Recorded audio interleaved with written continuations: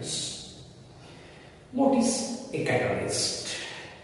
A substance which increases the rate of reaction is known as catalyst. अभी catalyst reaction का rate exactly कैसे बढ़ाते हैं? तो कैटलिस्ट क्या करते हैं? Provides alternate path having low activation energy, therefore increases rate of reaction. अब ये एक्टिवेशन एनर्जी क्या है? देखो जरा, जो भी रिएक्टेंट्स हम लेते हैं उन सभी रिएक्टेंट मॉलिक्यूल्स में जो इंटरनल एनर्जी रहती है that will be less than the energy required to participate in chemical reaction. तो फिर ऐसे रिएक्टिव मॉलिक्यूल्स को हमें क्या करना पड़ेगा? बाहर से एनर्जी सप्लाई करनी पड़ेगी, ठीक है। फिर इन रिएक्टेंट मॉलिक्यूल्स को जो भी ज्यादा की एनर्जी सप्लाई की जाती है, जिसके कारण ये रिएक्शन में पार्टिसिपेट कर सकते हैं, that additional energy is known as activation energy. Simple example देते हैं डे टू डे लाइफ का। बच्चे, बहुत से बच्चे ऐसे होते हैं जो स्पॉन्टेनियसली पढ़ाई करते हैं, पेरेंट्स उनको बोलते नहीं है, आवश्यकता भी नहीं होती है। ऐसे बच्चों की एक्टिवेशन एनर्जी वेरी लो।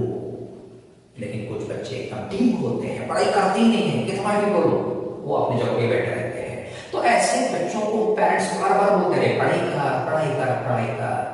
ऐसे बच्चों की एक्टिवेशन एनर्जी काफी हाई होती है।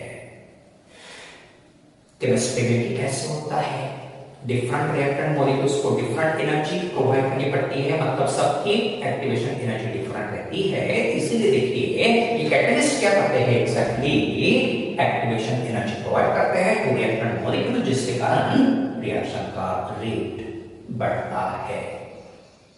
Now, most of the transition elements and their compounds can be used as catalyst in various industrial processes. अब देखते हैं इसके पीछे रीजंस कौन से हैं। देखो जरा, हमारे पास थ्योरी है जिसे कहते हैं मॉडर्न थ्योरी ऑफ कैटालिसिस। ये थ्योरी क्या कहती है? देखो जरा, हम रिएक्टेंट्स लेते हैं A प्लस बी, ऐसे दो रिएक्टेंट्स लेंगे, कैटलिस्ट यूज करेंगे सी।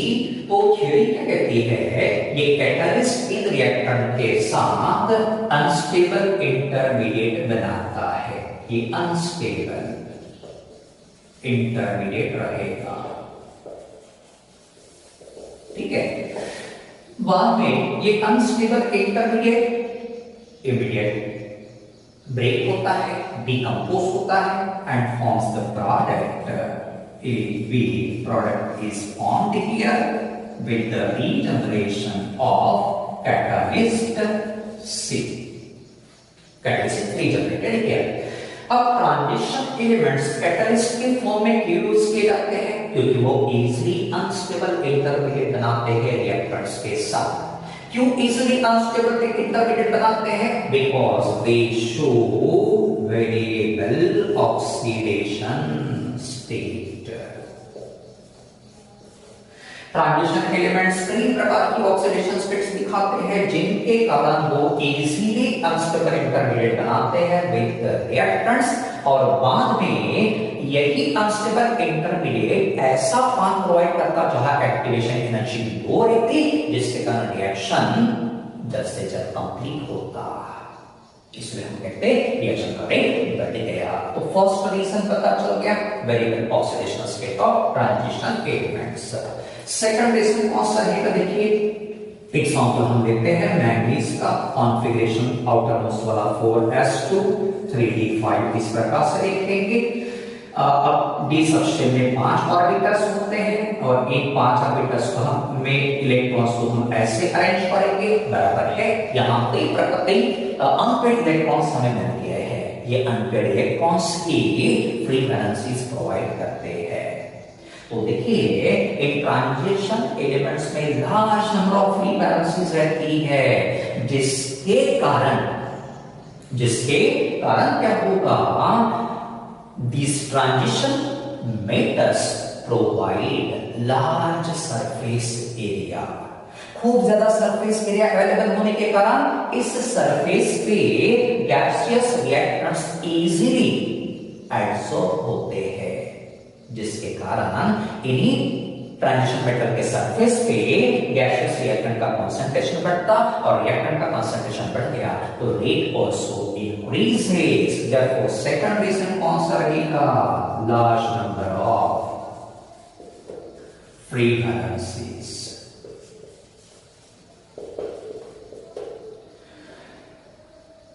थर्ड रीजन कौन सा रहेगा?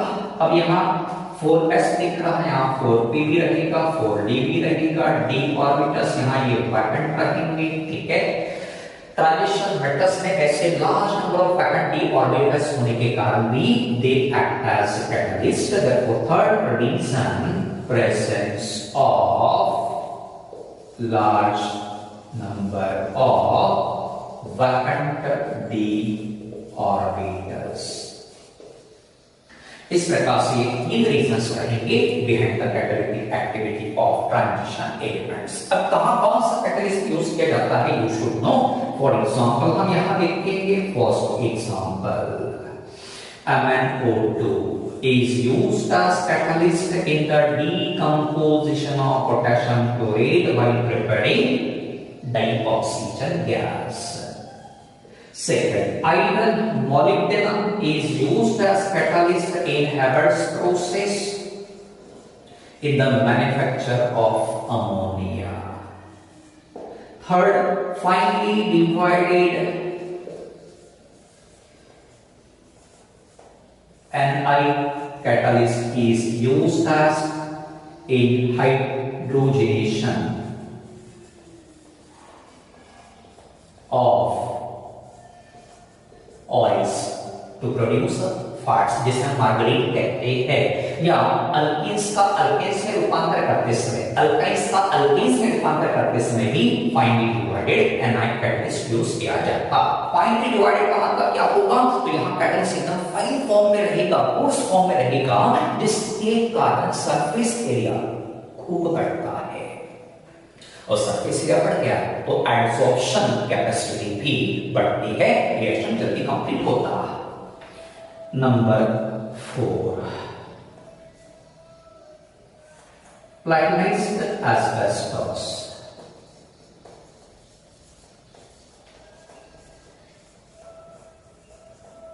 और V2O5 used in the manufacture of H2SO4 by contact process.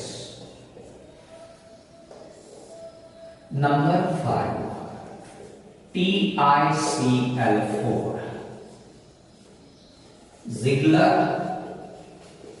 Natta catalyst। इसको कहां जाता? used in high density polythene।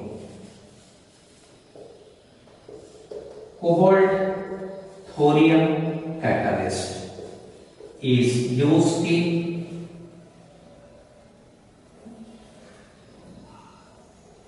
Fischer-Tropsch process of synthesis of gasoline। Iron chromium catalyst use किया जाता in the manufacture of CO2 and H2 from CO and steam। CO और steam से CO2 H2 बनाने के लिए आयरन क्रोमियम का use किया जाता है। Then next, Fe3 positive ion is used as catalyst in the reaction of I negative ion and porous sulfate ion, so that we will get I2 and 2SO4, 2 negative ions। इस प्रकार से सभी examples आपको याद रखने पड़ेंगे, competitive exams में कई बार पूछे गए हैं। Thank you.